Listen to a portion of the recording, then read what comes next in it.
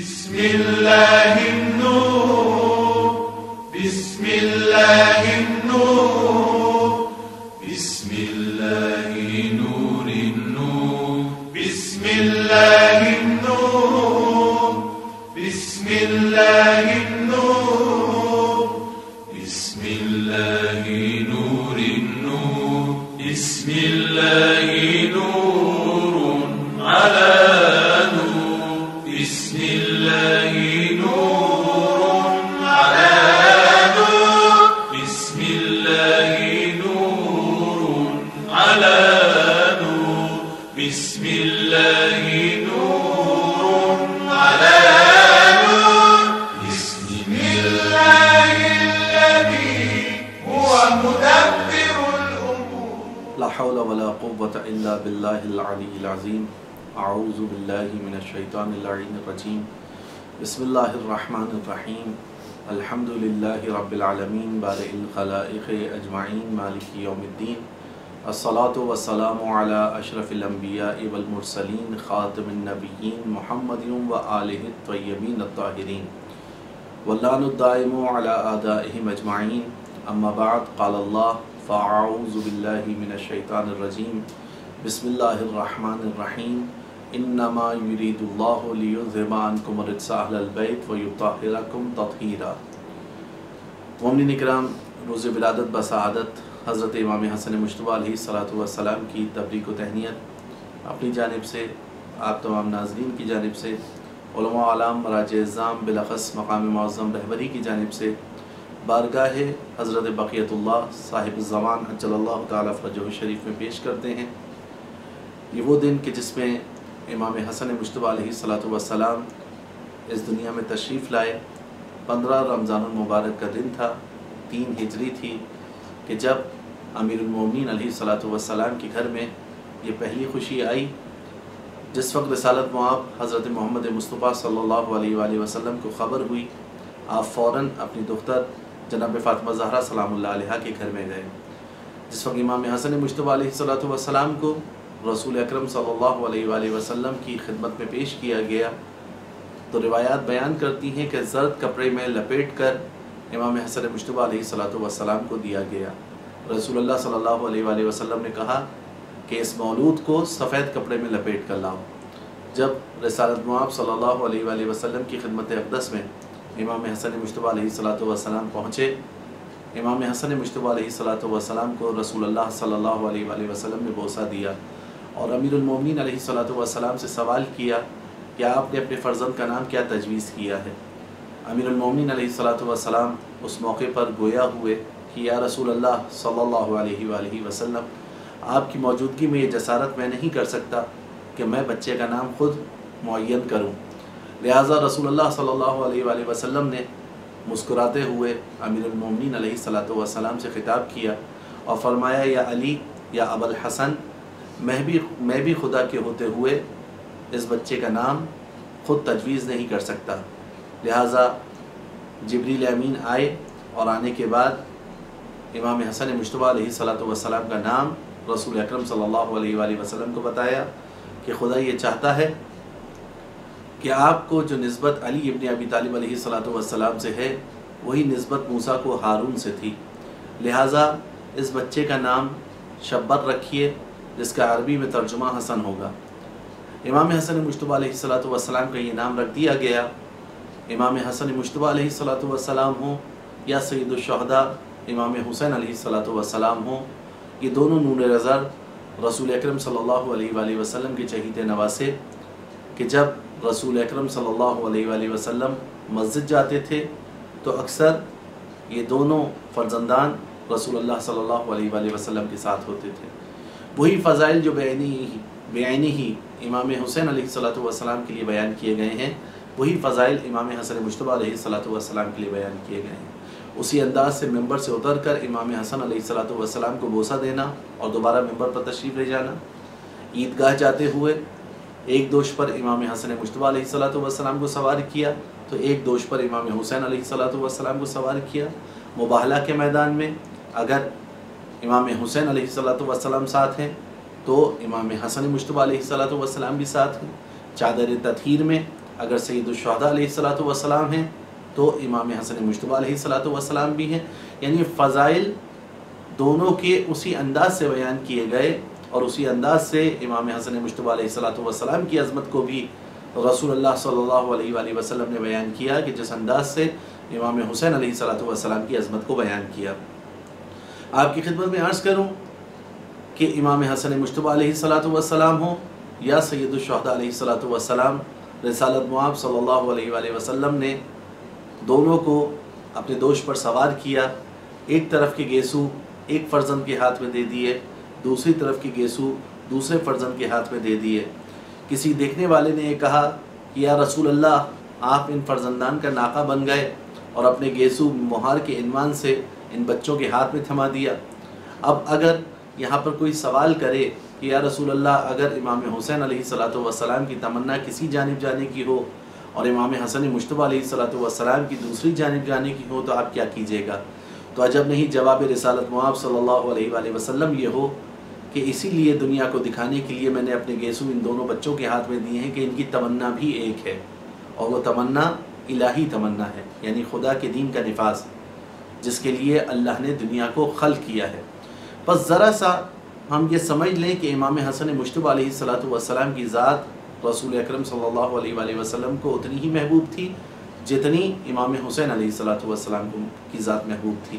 اور اسی طریقے سے ذات امام حسن مجتبیٰ میں اور ذات امام حسین علیہ الصلوۃ والسلام میں کوئی فرق نہیں ہے. یقیناً آپ سوچ رہے ہوں گے کہ اس تمہیدی گفتگو میں اس بات کو آپ کے سامنے کیوں بیان کر رہا ہوں. ایک شیعہ کے لیے تو بالکل واضح ہے کہ امام حسن مجتبیٰ علیہ الصلوۃ والسلام ہوں یا امام حسین علیہ الصلوۃ والسلام ہوں، دونوں برابر ہیں. لیکن کیونکہ تاریخ کے جب آپ اوراق کو پلٹیں گے تو بعض جگہ بعض مورخین نے اپنے قلم کو بیچ کر یہ بات تحریر کی ہے کہ حسن مجتبیٰ اپنے نانا کی شبیہ تھے اور حسین ابن علی اپنے بابا کی شبیہ تھے. جملہ بہت شیرین ہے، لیکن دراصل اس کے پیچھے جو خیانت پوشیدہ ہے وہ یہ ہے کہ یہ دکھایا جائے کہ سیرت امام حسن مجتبیٰ اور سیرت سید الشہداء علیہ الصلوۃ والسلام میں فرق ہے، جبکہ دونوں کی اسوہ ایک ہیں، دونوں کی سیرت ایک ہے، دونوں کا انداز ایک ہے. حتیٰ رسول اکرم صلی اللہ علیہ وآلہ وسلم نے یہ فرمایا، الحسن والحسین امامان قاما او قعدا. حسن و حسین دونوں امام ہیں، چاہے قیام کریں چاہے بیٹھ جائیں. بس دونوں امام رسول اکرم صلی اللہ علیہ وآلہ وسلم کی دونوں کی امامت نص سے رسالت مآب صلی اللہ علیہ وآلہ وسلم سے ثابت ہے. لہٰذا تاریخ نے امام حسن مجتبیٰ علیہ الصلوۃ والسلام کے لیے جو کچھ لکھا ہے اس میں بہت ساری ایسی چیزیں ہیں کہ جو امام حسن مجتبیٰ علیہ الصلوۃ والسلام کے عنوان سے تہمت محسوب ہوتی ہیں، یعنی جھوٹی چیزیں بھی تاریخ کے اندر لکھ دی گئی ہیں. ان میں سے ایک چیز امام حسن مجتبیٰ علیہ الصلوۃ والسلام کی شخصیت کو فقط صلح پسند دکھانا. دیکھیں، حجت خدا چاہے قیام کرے چاہے صلح کرے، چاہے تلوار کھینچے چاہے محراب عبادت میں ہو، چاہے دشمنوں کا قتال کرے چاہے اپنوں کے ساتھ رحم دلی کرے، یہ ساری صورتیں حججہ الہی کے لیے اس لیے نہیں ہوتی کہ ان کا تمایل کس طرف ہے. ان کی ذات فقط وہی چاہتی ہے جو خدا چاہتا ہے، ان کے اقدامات وہی ہوتے ہیں جو بہترین اقدامات ہوں. بس امام حسن مجتبیٰ علیہ الصلوۃ والسلام اور امام حسین علیہ الصلوۃ والسلام کی سیرت پہ کوئی فرق نہیں ہے. تاریخ نے جو اس انداز سے دکھایا کہ اگر سید الشہداء علیہ الصلوۃ والسلام کا ذکر کیا جائے یا امام حسن مجتبیٰ علیہ الصلوۃ والسلام کا ذکر کیا جائے تو یہ جملہ آپ کو بعض کتابوں میں فراوان ملے گا کہ امام حسن مجتبیٰ کیونکہ انہوں نے صلح کی اس لیے اپنے نانا کی شبیہ ہیں، حسین ابن علی علیہ الصلوۃ والسلام کیونکہ انہوں نے قیام کیا اس لیے اپنے بابا کی شبیہ ہیں. لیکن اگر در حقیقت آپ دیکھیں تو ان دونوں کے اسوا میں کوئی فرق نہیں ہے. امام حسن مجتبیٰ علیہ الصلوۃ والسلام جنگ صفین میں، جنگ نہروان میں، جنگ جمل میں تلوار چلاتے ہوئے نظر آ رہے ہیں اپنے بابا کی ہمرکا امیر المومنین علیہ الصلوۃ والسلام کے دفاع میں، حق کے دفاع میں، قرآن کے دفاع میں، اسلام کے دفاع میں. اور وہی حسن مجتبیٰ علیہ الصلوۃ والسلام اگر صلح کر رہے ہیں تو فقط امام حسن مجتبیٰ علیہ الصلوۃ والسلام کو صلح پسند کہہ دینا یہ ان کی شان میں بہت بڑی جسارت ہے. اور اسی طرح امام حسین علیہ الصلوۃ والسلام کو آپ دیکھیں کہ جو ان جنگوں میں موجود تھے جو امیر المومنین علیہ الصلوۃ والسلام کے دور میں ہوئی، اور اس کے بعد صلح امام حسن مجتبیٰ علیہ الصلوۃ والسلام کی پشت پر خود امام حسین علیہ الصلوۃ والسلام موجود تھے، لہٰذا ان کو صرف جنگ پسند کہہ دینا یہ ایک بہت بڑی جسارت ہے۔ حجت خدا اپنی مرضی سے کوئی کام انجام نہیں دیتے، صرف وہی انجام دیتے ہیں کہ جو دین اسلام کے مفاد میں ہو اور جو خدا کی مرضی کے مطابق ہو۔ بس یہاں پر اس شبہ کا ازالہ کرنا ضروری ہے کہ میں اور آپ سمجھیں کہ امام حسن مجتبی علیہ الصلوۃ والسلام کی شخصیت کتنی مظلوم تھی۔ یہاں پر ایک درد دل آپ کے ساتھ کرتا چلوں کہ جب ہم 3 شعبان کو دیکھتے ہیں کہ ہر طرف چراغاں ہوتا ہے، جشن کا سما ہوتا ہے، لوگ میلاد منا رہے ہوتے ہیں، لوگ شیرنی تقسیم کر رہے ہوتے ہیں، لیکن اس کے برعکس امام حسن مجتبی علیہ الصلوۃ والسلام کی ولادت کا دن، خیر اب تو ہم اس وقت لاک ڈاؤن کی سچویشن کے اندر یہ درس ریکارڈ کر رہے ہیں اور آپ تک یہ پہنچے گا، لیکن اس کے علاوہ اگر آپ دیکھیں شیعہ محلوں کی بھی حالت یا امام بارگاہوں پہ چراغاں کی کیفیت، تو آپ کو وہ شد و مت نظر نہیں آتی کہ جو امام حسین علیہ الصلوۃ والسلام کی ولادت کے ایام میں نظر آتی ہے۔ اس کی کیا وجہ ہے؟ اس کی وجہ وہی اموی سکوں کی جھنکار پر جو تاریخ نے ایک زہر گھولا ہے، اس کی وجہ سے اس دن کو کم رنگ کرنے کی کوشش کی گئی ہے۔ لہٰذا ہمارا ایک وظیفہ ہے کہ اس دن کو ہم پر رنگ کریں، اس کے اہتمام کے ساتھ منائیں، اس دن امام حسن مجتبی علیہ الصلوۃ والسلام کے نام سے انفاق کریں، مومنین کے لیے افطار کا اہتمام کریں، غربا کی مدد کریں، اپنے دسترخوان کو وسیع کریں، اور جس طریقے سے بھی ممکن ہو امام حسن مجتبی علیہ الصلوۃ والسلام کی ولادت کے دن کو منایا جائے، اور اس دن کو اس طریقے سے منایا جائے کہ لوگ دیکھ کر سمجھیں کہ آج واقعاً ان کی کسی خوشی کا دن ہے۔ بس امام حسن مجتبی علیہ الصلوۃ والسلام ہو یا امام حسین علیہ الصلوۃ والسلام، ان کی سیرت میں کوئی فرق نہیں ہے، اور اگر امام حسن مجتبی علیہ الصلوۃ والسلام جیسے حالات رسول اللہ کے سامنے آتے تو رسول اللہ صلی اللہ علیہ وآلہ وسلم وہی اقدام کرتے جو امام حسن مجتبی علیہ الصلوۃ والسلام نے کیا۔ اگر یہ حالات امیر المومنین علیہ الصلوۃ والسلام کے ہوتے تو امیر المومنین کا بھی یہی اقدام ہوتا جو امام حسن مجتبی علیہ الصلوۃ والسلام نے کیا، یا اگر یہ حالات کا سامنا امام حسین علیہ الصلوۃ والسلام کو کرنا پڑتا تو امام حسین علیہ الصلوۃ والسلام بھی یہ کام کرتے۔ بس اسی ضمن میں آپ کے سامنے عرض کروں کہ امام حسین اور امام حسن کی سیرت میں، ان کی ذات میں، ان کے اسوا میں کوئی فرق نہیں ہے۔ وہ صلح جو امام حسن مجتبی علیہ الصلوۃ والسلام نے کی تھی، 10 سال اس صلح کے احترام میں، اس دستخط کے احترام میں امام حسین علیہ الصلوۃ والسلام نے قیام نہیں کیا۔ اگر امام حسین علیہ الصلوۃ والسلام جنگ پسند ہوتے تو اپنی امامت کے آغاز میں ہی تلوار کھینچ لیتے۔ لہٰذا امام حسین علیہ الصلوۃ والسلام کا 10 سال تک 50 ہجری میں امام حسن مجتبی کی شہادت ہوئی ہے، 3 ہجری میں امام حسن مجتبی علیہ الصلوۃ والسلام کی ولادت ہوئی ہے۔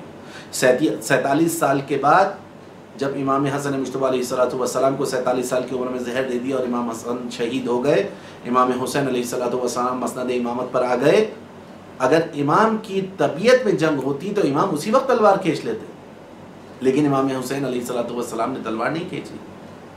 اس صلح کے دستخط کے امضاء کے احترام میں امام حسین علیہ الصلوۃ والسلام نے 10 سال تک صبر کیا، اور 10 سال صبر کیوں کیا انشاءاللہ آپ اس گفتگو کو سنیں، آپ کے سامنے واضح ہو جائے گا۔ بس امام حسن مجتبی علیہ الصلوۃ والسلام کا دور انتہائی سخت دور تھا۔ جس وقت امیر المومنین علیہ الصلوۃ والسلام کی شہادت ہوئی، تدفین کے بعد امام حسن مجتبی علیہ الصلوۃ والسلام منبر پر آئے اور آ کر فصیح و بلیغ خطبہ ارشاد فرمایا، اہل بیت اطہار علیہ السلام کو تعارف کرایا، اور واقعاً اس بہترین انداز سے لوگوں کے سامنے اہل بیت اطہار علیہ السلام کی مدح سرائی کی کہ سننے والے حیران رہ گئے اس فصاحت پر، اس بلاغت پر، اور لوگ جانتے تھے کہ خطیب منبر سلونی کے فرزند کی فصاحت کیا ہے، بلاغت کیا ہے۔ امام نے اپنے خطبے میں آیت تطہیر کی تلاوت کی کہ جس کی تلاوت کا شرف ابھی میں نے حاصل کیا۔ امام نے کہا ہم وہ اہل بیت ہیں کہ جن کے لیے آیت تطہیر نازل ہوئی، اور واقعاً یہ امام حسن مجتبی علیہ الصلوۃ والسلام کی زیرکی تھی کہ جس کو دیکھتے ہوئے رسول اکرم صلی اللہ علیہ وآلہ وسلم نے یہ ارشاد فرمایا تھا، لو کان العقل رجلا لکان الحسن، اگر عقل کسی شخص میں، کسی مرد کی صورت میں، کسی شخص میں ظاہر ہوتی تو وہ حسن کی صورت میں ظاہر ہوتی۔ بس امام حسن مجتبی علیہ الصلوۃ والسلام کے وہ اقدامات کہ امام حسن مجتبی علیہ الصلوۃ والسلام کے ہاتھ پر لوگوں نے بیعت کرنا چاہی، کچھ لوگوں نے شرائط کو سامنے پیش کیا امام حسن مجتبیٰ کے، اور امام حسن مجتبیٰ علیہ الصلوۃ والسلام سے کہا کہ ہم امیر شام سے جنگ کی بنیاد پر آپ کی بیعت کرتے ہیں۔ امام حسن مجتبیٰ علیہ الصلوۃ والسلام نے ان کی بیعت لینے سے انکار کر دیا۔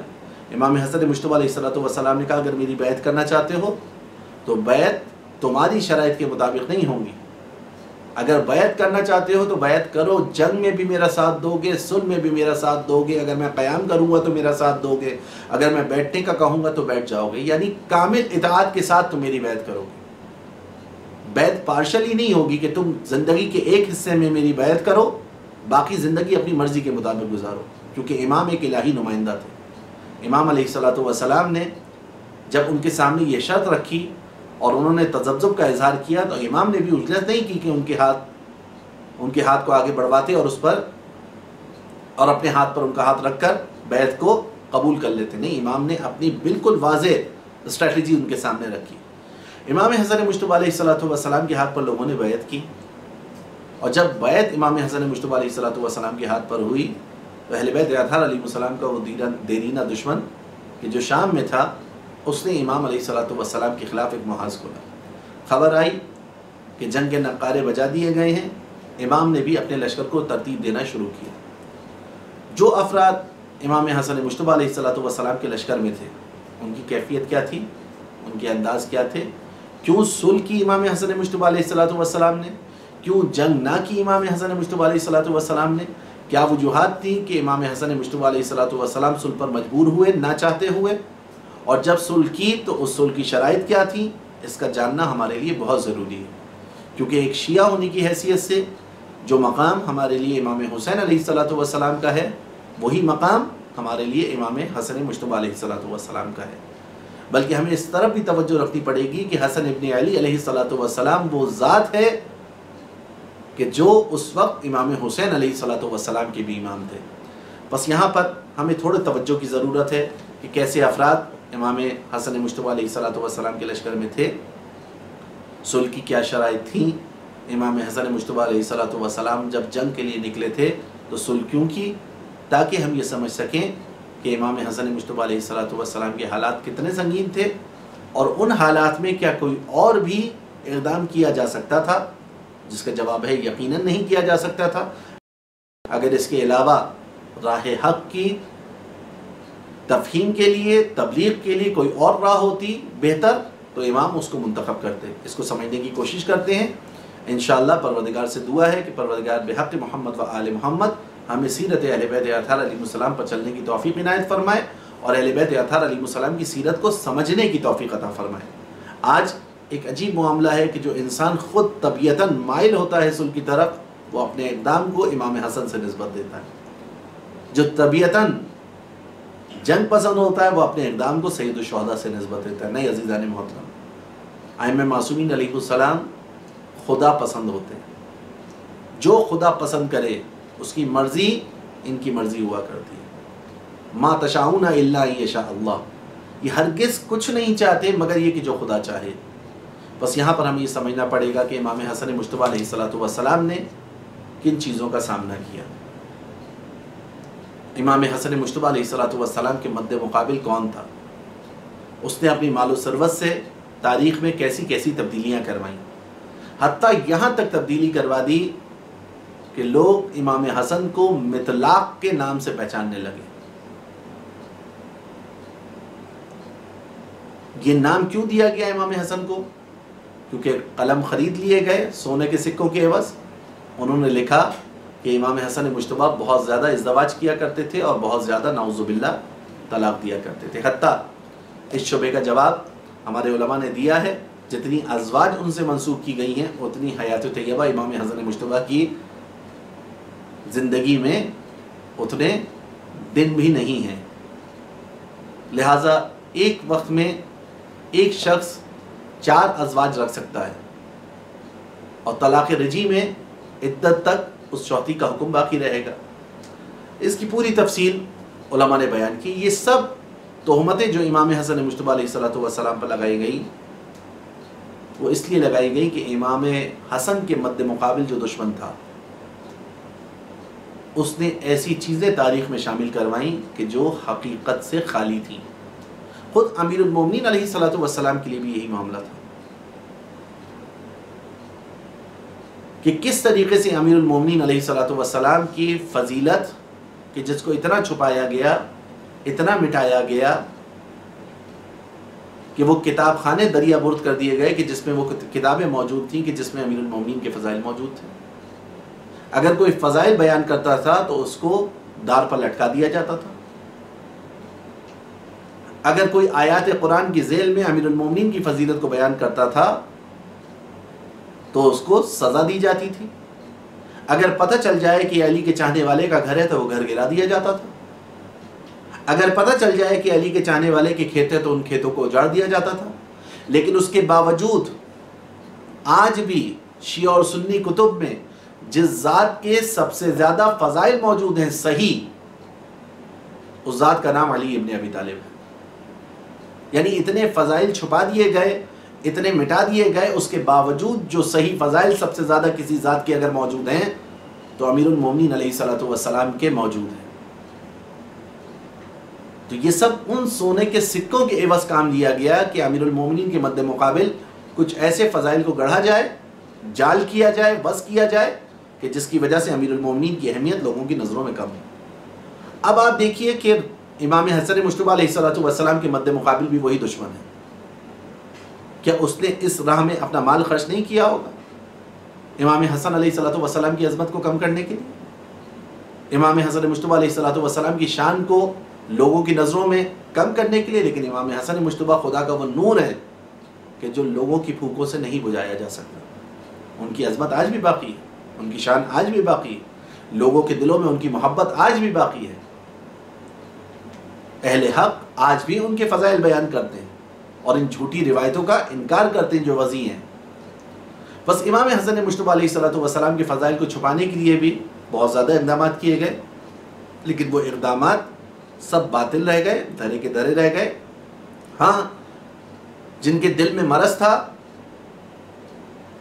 انہوں نے ان باتوں کو لے کر ایک منفی پروپیگنڈا کیا، لیکن الحمدللہ اہل حق بھی موجود ہیں، انہوں نے اس پر کتابیں لکھی اور امام حسن مجتبیٰ علیہ الصلوۃ والسلام کی ذات سے دفاع کیا۔ بس مختلف تہمتیں امام حسن مجتبیٰ علیہ الصلوۃ والسلام پر لگائی گئی، انہی میں سے ایک یہ تھی سازش کہ امام حسن مجتبیٰ علیہ الصلوۃ والسلام کو جنگ کے لیے بلایا جائے، کیونکہ فرزند حیدر کرار ہیں، تلوار چلانا جانتے ہیں، صفین میں ان کی تلوار کو لوگ دیکھ چکے تھے۔ دشمن یہ توقع کر رہا تھا کہ امام حسن مجتبیٰ علیہ الصلوۃ والسلام جنگ کریں گے، لیکن امام نے اپنی حکمت عملی کو خود مرتب کیا، کیونکہ امام ایک الہی نمائندہ ہوتا ہے، اس کی حالات پر نگاہ ہوتی ہے، وہ علم لدنی کا مالک ہوتا ہے، اس کے علم کا منبع علم خدا ہوتا ہے، منبع علم امام خداوند متعال کا علم ہوتا ہے، خدا ان کو علم دیتا ہے۔ بس امام حسن مجتبیٰ علیہ الصلوۃ والسلام نے اس وقت صلح کی، کس وقت؟ کہ جب خود لشکر کو ترتیب دے کر امام حسن مجتبیٰ علیہ الصلوۃ والسلام نے نخیلہ میں پڑاؤ ڈالا، لوگ آئے اور آنے کے بعد امام حسن مجتبیٰ علیہ الصلوۃ والسلام کے لشکر میں شامل ہوئے۔ شیخ مفید نے 5 قسم کے گروہ امام کے اصحاب کو بیان کیا ہے کہ 5 مزاج کے اور 5 اقسام کے لوگ تھے جو امام کے لشکر میں شامل تھے، اور یہی وجہ بنی کہ امام حسن مجتبیٰ علیہ الصلوۃ والسلام نے جنگ نہ کی بلکہ صلح کی۔ وہ 5 قسم کے گروہ کون سے تھے وہ آپ کے سامنے بیان کرتے ہیں۔ پہلا گروہ وہ تھا کہ جو خالص شیعوں کا گروہ تھا امام حسن مجتبیٰ علیہ الصلوۃ والسلام کے، کہ جس میں ان کے شیعوں کی تعداد تھی۔ بس وہ خالص شیعوں کا گروہ جو امام حسن مجتبیٰ علیہ الصلوۃ والسلام کے ساتھ تھا، وہ تعداد بہت زیادہ نہیں تھی، لہٰذا امام حسن مجتبیٰ علیہ الصلوۃ والسلام جن لوگوں کے ساتھ میدان میں گئے تھے ان کی کیفیت شیخ مفید علیہ رحمہ نے اس انداز سے بیان کیا۔ دوسرا گروہ وہ تھا کہ جو امیر شام سے جنگ کرنا چاہتا تھا، یعنی خارجی۔ تیسرا گروہ وہ تھا کہ جو صرف مال غنیمت کی لالچ میں، سونے اور چاندی کی لالچ میں، زرہ اور تلوار کی لالچ میں کہ جب جنگ ہوگی تو ہمارے پاس کچھ مال آئے گا، کیونکہ پچھلی 3 جنگوں میں امام علی علیہ السلام کی جو صفین کے میدان میں ہوئی، جمل کے میدان میں ہوئی، نہروان کے میدان میں ہوئی، ان کے ہاتھ کوئی مال نہیں آیا تھا۔ لہٰذا وہ گروہ جو امام حسن مجتبیٰ علیہ السلام کے ساتھ تھا، ان میں سے تیسرا گروہ وہ تھا جو مال غنیمت کی لالچ میں امام کے پاس آیا تھا۔ پہلا گروہ شیعوں کا، دوسرا گروہ خارجیوں کا، تیسرا گروہ ان لالچی افراد کا کہ جو امام حسن مجتبیٰ علیہ السلام کے پاس اس لیے آیا تھا کہ وہ جنگ میں جا کر مال کو اپنے ہاتھ میں لیں اور کچھ مالدار ہو جائیں۔ چوتھا گروہ وہ تھا کہ جن کو کچھ معلوم ہی نہیں تھا، یعنی سیاسی بصیرت نہیں تھی آج کے دور میں، اور یہ وہ گروہ تھا کہ جو دوسروں کی تہمتوں سے اور دوسروں کے مذاق سے بچنے کے لیے امام حسن مجتبیٰ علیہ السلام کے لشکر میں شامل ہوا تھا۔ اس گروہ کا مقصد امام کا دفاع نہیں تھا، امیر شام سے جنگ نہیں تھی۔ اس گروہ کا مقصد فقط اور فقط یہ تھا کہ ہم لوگوں کے طعنوں سے بچ جائیں۔ یہ طعنوں سے بچنے کے لیے امام علیہ السلام کے لشکر میں شامل ہوئے تھے۔ اور 5واں گروہ وہ تھا کہ جو قبائلی تعصب کی بنیاد پر امام حسن مجتبیٰ علیہ السلام کے لشکر میں شامل ہوا تھا، جس کا ہم و غم صرف اپنے قبیلے کے سرداروں کے فرمان پر عمل کرنا تھا، نہ یہ کہ امام حسن مجتبیٰ علیہ السلام کے فرمان پر عمل کرنا۔ یہ گروہ وہ تھا کہ جس کو ہم و غم یہ تھا کہ دارالخلافہ کوفہ سے شام کیوں منتقل ہو گیا، پائے تخت کوفہ سے شام کیوں منتقل ہو گیا، یعنی عصبیت کی بنیاد پر۔ اور ان 5 گروہوں میں جو سب سے بڑی تعداد تھی وہ ان لوگوں کی تھی جو مال غنیمت لوٹنے کے لیے آئے تھے، جو پیسہ کمانے کے لیے آئے تھے، جو ثروت اکٹھا کرنے کے لیے آئے تھے۔ اب آپ یہ مجھے بتائیے کہ ان لوگوں کے ساتھ جو لوگ میدان میں آئے تھے، شیعوں کا گروہ، خارجیوں کا ایک گروہ، مال غنیمت لوٹنے والوں کا ایک گروہ وہ جو بالکل سادہ لو تھے، اور 5واں گروہ وہ جو عصبیت کی بنیاد پر قبائلی صورت میں آیا تھا، اپنے قبیلوں کے سرداروں کے کہنے پر، کہ جن میں سے بہت سارے لوگ امیر شام کے سکوں کے آگے اپنے ایمان کو بیچ چکے۔ اب ان 5 گروہوں کے ساتھ اگر آپ سے سوال کیا جائے کہ ان خالص شیعوں کو چھوڑ کر کہ جو صلح و جنگ میں امام کے ساتھ تھے، کیا وہ خارجی جو صرف امیر شام سے جنگ کی بنیاد پر امام حسن مجتبیٰ علیہ السلام کے لشکر میں شامل ہوئے تھے، کیا وہ امام حسن مجتبیٰ علیہ السلام کا اور شیعت کا دفاع کرتے ہیں؟ آپ کا جواب کیا ہوگا؟ یقیناً نہ ہوگا، نفی میں جواب ہوگا آپ کا، کہ وہ خارجی شیعت کے لیے کوئی ہمدردی رکھتے ہی نہیں تھے۔ جیتی ہوئی جنگ صفین کی انہوں نے ہروا دی تھی اپنی احمقانہ روش کی وجہ سے۔ لہٰذا وہ امیر شام کو کیونکہ کافر جانتے تھے، اس لیے اس لشکر میں شامل ہوئے تھے، ان کو امام حسن مجتبیٰ علیہ السلام سے کوئی محبت نہیں تھی۔ تیسرا گروہ وہ کہ جو سب سے بڑی تعداد میں تھا، وہ لالچی گروہ کہ جو زر و زیور و سونا و چاندی و زرہ و تلوار و مال غنیمت اکٹھا کرنے کے لیے آیا تھا۔ کیا یہ لالچی گروہ امام حسن مجتبیٰ علیہ السلام کا اور تشیع کا اور اسلام کا دفاع کرتا؟ تو یقیناً ان کے لیے بھی جواب نفی میں ہوگا کہ نہیں، یہ لوگ بھی کیونکہ لالچ میں آئے ہیں۔ جب انسان کی جان پر بنتی ہے تو اپنے مال کو خرچ کرتا ہے۔ جو خود لالچ کے نتیجے میں آیا ہو وہ کون سا بڑھ کر حملہ کر لیتا، وہ کون سا حق سے دفاع کر لیتا؟ لہٰذا یہ گروہ بھی امام حسن مجتبیٰ کا، دین اسلام کا، تشیع کا، قرآن کا ساتھ نہیں دیتا۔ بس یہ گروہ بھی جنگ کے قابل نہ تھا۔ پھر وہ گروہ کہ جو لوگوں کے طعنوں سے بچنے کے لیے آیا تھا، جس نے پہلے ہی یہ طے کر لیا تھا کہ اب ہم جنگوں سے تھک چکے ہیں، ہم اس لیے جنگ میں جا رہے ہیں تاکہ ہماری مردانگی پر کوئی آنچ نہ آئے۔ کیونکہ اسی گروہ کو امیر المومنین علیہ السلام پہلے کہہ چکے تھے، یا اشبہ الرجال ولا رجال، اے مردوں سے شباہت رکھنے والوں، دراصل تمہارے قلوب مردانہ نہیں ہیں، تمہارے دل میں مردانگی نہیں ہے، تم میں شجاعت نہیں ہے، تم میں قوت ارادی نہیں ہے، تم میں فیصلہ کرنے کی قوت نہیں ہے، تم میں حق کا ساتھ دینے کی صلاحیت نہیں ہے۔ یہ لوگوں کے طعنوں سے بچنے کے لیے اس لیے آیا تھا کہ جنگ ہوگی، ہم پیچھے پیچھے رہیں گے، اگر کچھ مل گیا تو اچھا ہے، لیکن ہم اپنی جان کو خطرے میں نہیں ڈالیں گے. کیا ان کے بلبوتے پر اس عالم ظاہر میں؟ دیکھیں امام ہر جگہ معجزہ نہیں دکھاتا، اور خود یہ ہمارے لیے بھی عبرت ہے کہ جب ہمارے سید و سردار آقا اور مولا امام زمان اجل اللہ تعالیٰ فرجہ شریف آئیں گے، وہ بھی ہر جگہ معجزہ نہیں دکھائیں گے. بس میں اور آپ جو آج العجل العجل کہہ کر گریہ کر رہے ہیں، اپنے آپ کو امام کے لیے آمادہ کریں کہ ان کے فرمان پر مطیع محض بن کر مجھے اور آپ کو زندگی گزارنی ہوگی، جبھی ہماری کامیابی ہے. وہ پانچواں گروہ جو فقط قبائلی تعصب میں، جو فقط اپنے قبائل کی وجہ سے امام حسن مجتبیٰ علیہ السلام کے لشکر میں شامل ہوا تھا، نہ دین کی وجہ سے. ان کا ہم و غم دین نہیں تھا، ان کے مطمئن نظر امام علیہ السلام نہیں تھے. وہ صرف اپنے قبائل کو تقویت دینے کے لیے ان کے سرداروں کے کہنے پر جو امام حسن مجتبیٰ علیہ السلام کے لشکر میں شامل ہوئے کہ یہ لوگ امام حسن مجتبیٰ علیہ السلام کا ساتھ دیتے. بس یہاں پوری حکمت عملی امیر شام نے عمریاض کے کہنے پر تیار کر لی تھی کہ کس طرح امام حسن مجتبیٰ علیہ السلام کے لشکر کو شکست دینا ہے. یہ پانچوں گروہ جو آپ کے سامنے بیان کیے، شیعیان اہل بیت اطہار علیہ السلام، وہ حقیقی شیعہ جو کلامی اعتبار سے، اعتقادی اعتبار سے امام حسن مجتبیٰ علیہ السلام کے چاہنے والے تھے، ان کو منصوص من اللہ مانتے تھے، ان کی ولایت پر ایمان رکھتے تھے، ان کو واجب الاطاعہ جانتے تھے. ان کے علاوہ یہ جو چار گروہ باقی تھے، ان میں سے کوئی بھی امام حسن مجتبیٰ علیہ السلام کا ساتھ دینے کے لیے اس انداز سے تیار نہیں تھا. اب خود میں اور آپ یہ تجزیہ کر سکتے ہیں بہت آسانی کے ساتھ کہ وہ گروہ جو صرف امیر شام سے لڑنے کے لیے آیا ہے، کیا وہ امام حسن مجتبیٰ علیہ السلام کی حفاظت کے لیے کوئی اقدام کر سکتا تھا؟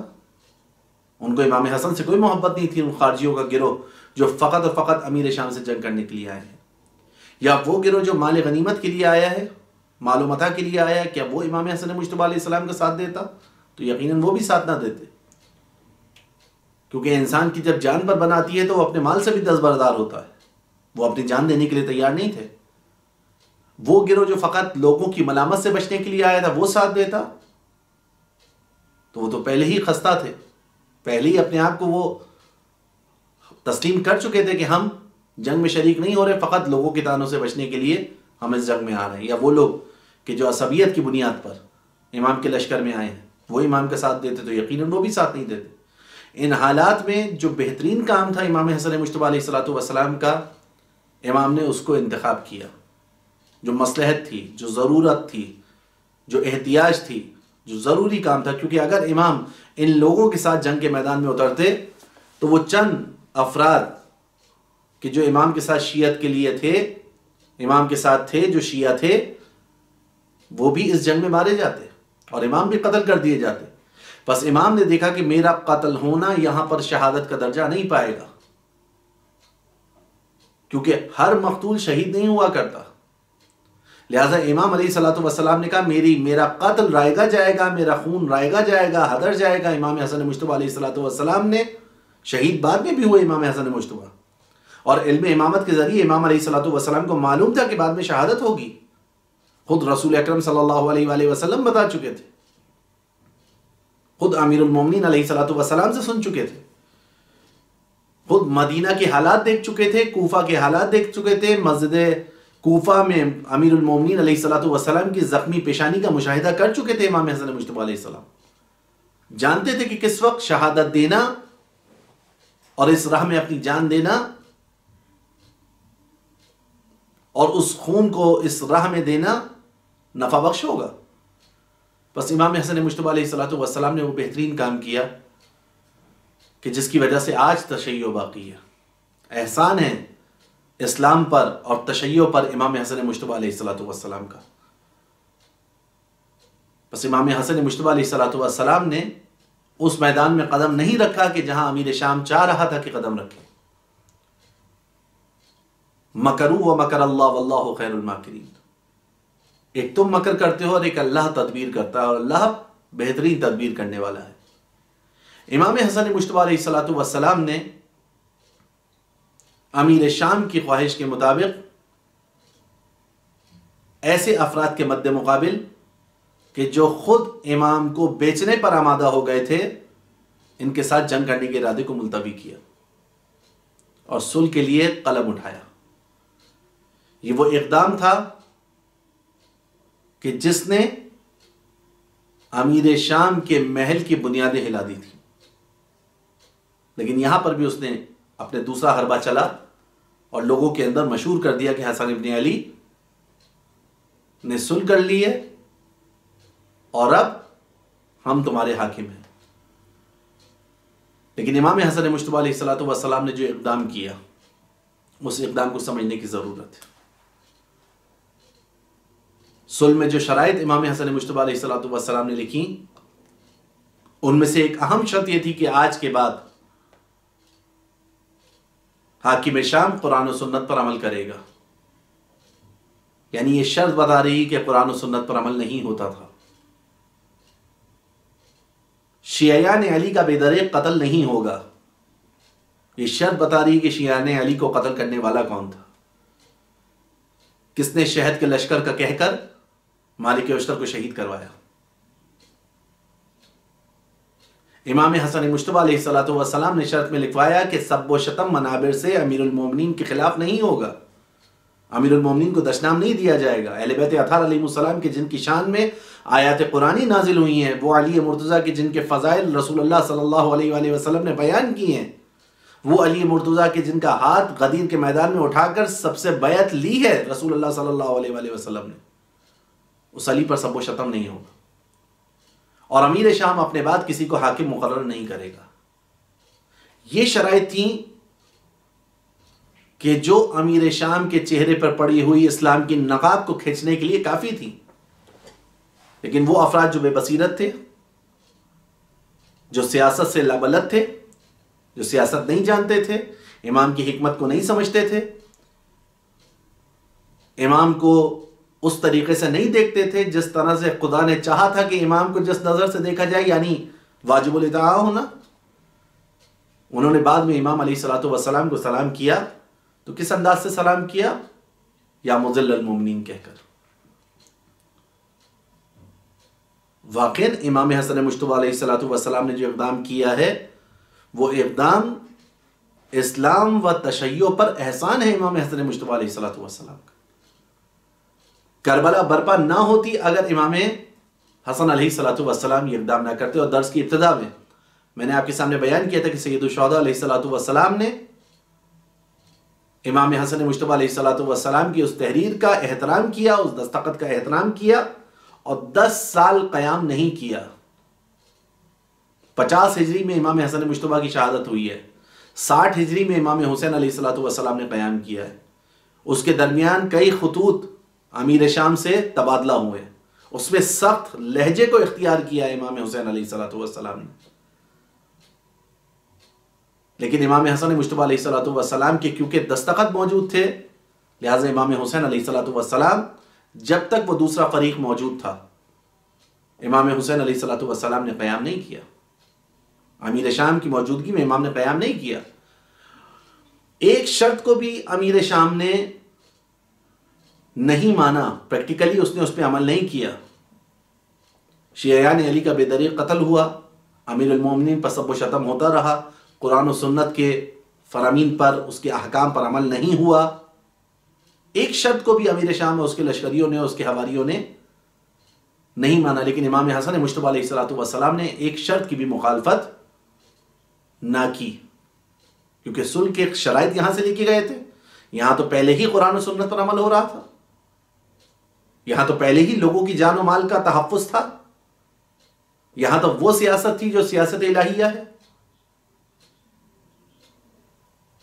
لیکن جب آخری شرط کو بھی امیر شام نے نہ مانا اور اپنے بعد یزید کو امت پر مسلط کر دیا، یہ وہ موقع تھا کہ امام حسین علیہ الصلوۃ والسلام نے تلوار کھینچی۔ اور یہاں جب گفتگو ہو رہی ہے تو ہم بتا دیں کہ امام حسین علیہ الصلوۃ والسلام نے بھی خطوط کی بنیاد پر، کوفیوں کے خط کی بنیاد کے اوپر تلوار کو نہیں کھینچا ہے۔ کوفیوں کے خطوط مکہ میں آئے ہیں، امام حسین علیہ الصلوۃ والسلام نے 28 رجب 60 ہجری کو مدینہ سے قیام کا آغاز کر دیا ہے۔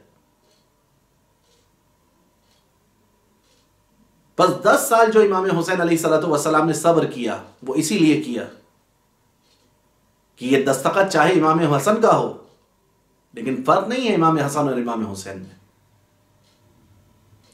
اور پھر جو امام حسین علیہ السلام نے قیام کیا اس قیام کی کیفیت ہی کچھ اور تھی.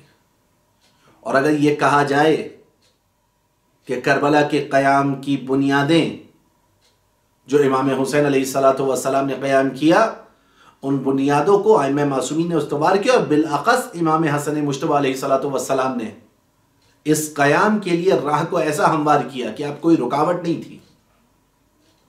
یہ امام حسن مجتبی علیہ السلام کی تدبیر کا نتیجہ تھا کہ جو امام حسین علیہ السلام نے قیام کیا ہے. پس امام حسین علیہ السلام و امام حسن مجتبی علیہ السلام ان کی حیات طیبہ میں کوئی فرق نہیں ہے، حجت خدا کی حیات طیبہ میں کوئی فرق نہیں ہے. اس روایت کو جس کو میں اور آپ بار بار بیان کرتے ہیں، اولنا محمد و آخرنا محمد و اوسطنا محمد و کلنا محمد، یہ سب کے سب محمدی مزاج رکھتے ہیں، یہ سب کے سب محمدی افکار رکھتے ہیں. ان سب کی افکار میں کوئی فرق نہیں ہے، ان سب کی حیات طیبہ میں کوئی فرق نہیں ہے. بس وہ اقدام جو امام حسن مجتبی نے کیا وہ بہترین اقدام تھا، کیونکہ اگر امام حسن مجتبی علیہ السلام جنگ کرتے، امیر شام پہلے ہی ان لشکریوں کو خرید چکا تھا. عبید اللہ ابن عباس ایک بہت بڑا گروہ لے کر امام حسن کا ساتھ چھوڑ کر چلا گیا تھا. اگر امام حسن مجتبی علیہ السلام یہ قیام کرتے اور تلوار چلاتے اور جنگ کرتے، نتیجتاً ان خریدے ہوئے لوگوں کے ذریعے امام حسن مجتبی علیہ السلام کو قتل کروا دیا جاتا. اور عین ممکن ہے، مقام معظم رہبری نے اس کو بہت اچھے انداز سے بیان کیا ہے، فرماتے ہیں کہ عین ممکن ہے کہ اس کے بعد اظہار افسوس بھی کرتا امیر شام اور کہتا کہ حسن ابن علی کو ان کے اپنے ہی سپاہیوں نے مار دیا، کیونکہ وہ سب امیر شام کے سکوں سے خریدے جا چکے تھے، انہوں نے اپنے نفوس کو بیچ دیا تھا. یہ ائمہ معصومین علیہم السلام کی حیات طیبہ کہ جس کو عموماً ڈسکس نہیں کیا جاتا، ان حالات کو عموماً نہیں سوچا جاتا، سمجھا جاتا، بیان کیا جاتا کہ جو حالات سنگین ائمہ معصومین علیہم السلام نے گزارے. اور بالاخص امام حسن مجتبی سبط اکبر رسول خدا، ریحان رسول خدا، کریم اہل بیت، ان کی حیات طیبہ کو تو بیان کیا ہی نہیں جاتا، اس انداز سے اس جانب توجہ کی ہی نہیں جاتی. بس امام حسن مجتبی علیہ السلام نے صلح کی شرائط کو لکھا، اتمام حجت کر دی، اور اتمام حجت کرنے کے بعد امام حسن مجتبی علیہ السلام نے امامت کا دفاع کیا، دین کا دفاع کیا. جس طرح کربلا میں سید الشہداء علیہ السلام نے تلوار کھینچ کر دین کا دفاع کیا ہے، امام حسن مجتبی علیہ السلام نے قلم کے ذریعے دین کا دفاع کیا ہے. دفاع کے اعتبار سے کوئی فرق نہیں ہے. ائمہ معصومین علیہم السلام نے جو اقدامات کیے ہیں وہ اقدامات یہ ہیں کہ ظاہراً دنیا یہ دیکھ رہی ہے کہ ایک امام صلح کر رہا ہے، ایک امام جنگ کر رہا ہے، ایک امام فقہ کو بیان کر رہا ہے، ایک امام دعاؤں کے ذریعے تبلیغ کر رہا ہے. تو عزیزان محترم، یہ سارے اقدامات اس ماحول میں، ان حالات میں بہترین اقدامات تھے. اس کے علاوہ اور کوئی چارہ نہیں تھا. یہ بہترین اسٹریٹجی تھی، یہ بہترین حکمت عملی تھی کہ جس کو ائمہ نے انتخاب کیا. اس کے علاوہ اور کوئی راہ نہیں تھی، اس کے علاوہ اور کوئی چارہ نہیں تھا. یہی صحیح طریقہ تھا کہ جس کے ذریعے دین کو حفظ کیا جا سکتا تھا. بس اس کو آپ اس طرح سے سمجھ لیجئے کہ فرق ائمہ معصومین علیہم السلام کے اقدام میں نہیں ہے، فرق دشمن کے حملے میں ہے، دشمن کے اسلحے میں ہے. وہاں سے اسلحہ بدلتا رہا، یہاں سے دفاع کی تدبیر بدلتی رہی. ہدف سب کا ایک رہا کہ دین اسلام کو بچانا ہے. ہدف سب کا ایک ہی تھا کہ دین کا نفاذ کرنا ہے. بس امام اس زمین پر فقط دینی مسائل بیان کرنے کے لیے نہیں تشریف لائے تھے. مسلمانوں کے درمیان امام فقط ایک دینی پیشوا کے طور پر نہیں ہے. امام حجت خدا ہیں، دینی پیشوائی بھی وہ کریں گے، سیاسی پیشوائی بھی وہ کریں گے، بلکہ سیاست ہو ہی دین کے تابع۔ یہ ائمہ معصومین علیہ السلام کا درس ہے، امام علی علیہ السلام سے لے کر امام عسکری علیہ السلام تک، اور امام عسکری علیہ السلام کے بعد امام زمان روحی لہ الفداء عجل اللہ تعالی فرجہ الشریف علیہ السلام کی غیبت صغرا ہو یا غیبت کبرا، اور اس میں وہ دعا کہ جو میں اور آپ پڑھتے ہیں، دعائے افتتاح، کہ جس میں ہم اس کریم حکومت کی تمنا کر رہے ہیں خداوند متعال سے، اس عالمی حکومت کی تمنا کر رہے ہیں پروردگار عالم سے کہ جہاں اسلام کا پرچم سر بلند ہو۔ یہ تمام ائمہ معصومین علیہ السلام کے اقدامات ہیں، اور ان اقدامات کو سمجھنا بہت ضروری ہے کہ تاریخ کے اس پہلو کو کہ جس کو تشنہ رکھا گیا، جس کو عمدن یا مصلحتن یا کچھ لوگوں کے ذوق کی وجہ سے بیان نہیں کیا جاتا، ان شدائد، ان مشکلات کو مجھے اور آپ کو سمجھنا ضروری ہے۔ بس وہ مظلوم امام حسن مجتبیٰ علیہ السلام کی جن کی روز ولادت مجبور ہیں کہ ان کی اس مظلومیت کا تذکرہ کریں کہ امام کے قدموں کے نیچے سے مصلے کو کھینچ لینا، کہہ دینا بہت آسان ہے۔ آپ ذرا تصور کیجئے، کسی عام مومن کے لیے تصور کیا جا سکتا ہے کہ اس کے پیروں کے نیچے سے مصلی کھینچ لیا جائے؟ امام علیہ السلام جس مسند پر تھے، جس فرش پر تھے، امام علیہ السلام کے نیچے سے مصلی کھینچ لیا۔ مصلی کھینچ لیا سے کیا مراد ہے؟ جب امیر شام نے منفی پروپیگنڈا کیا، لوگوں میں بھگدڑ مچی، خوارج نے حملہ کیا، لوٹ مار شروع ہوئی،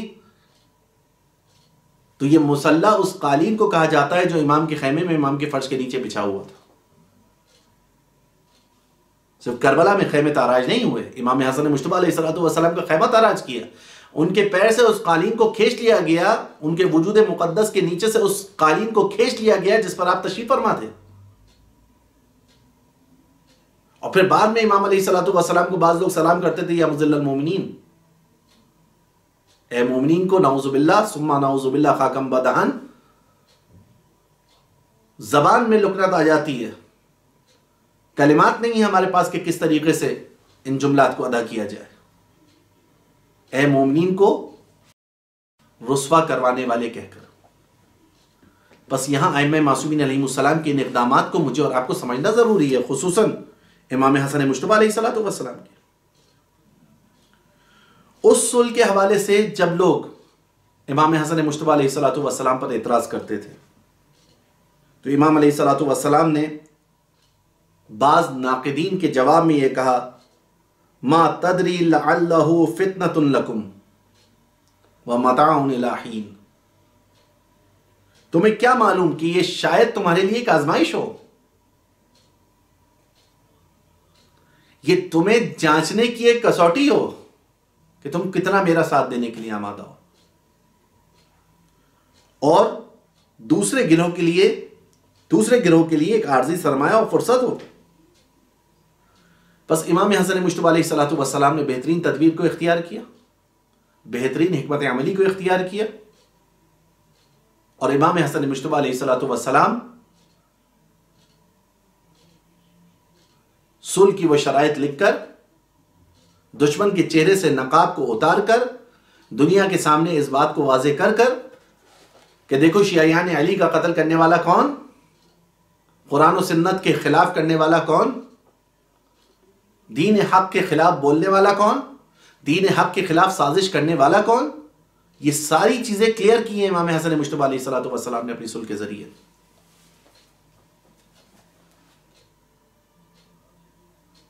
یہ سب چیزیں امام حسن مجتبیٰ علیہ السلام کی صلح کے ذریعے واضح اور آشکار ہو گئی۔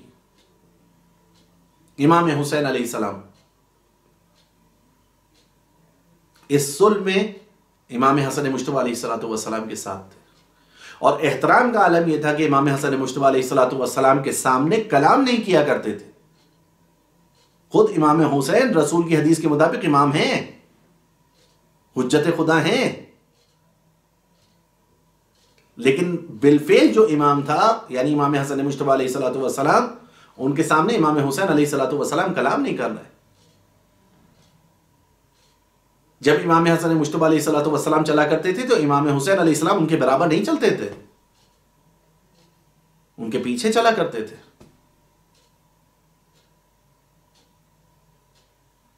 بس یہ کردار جو معصومین علیہ السلام کا ہے اور یہ روش جو اہل بیت اطہار علیہ السلام کی ہے، اس روش کو سمجھنا بہت ضروری ہے.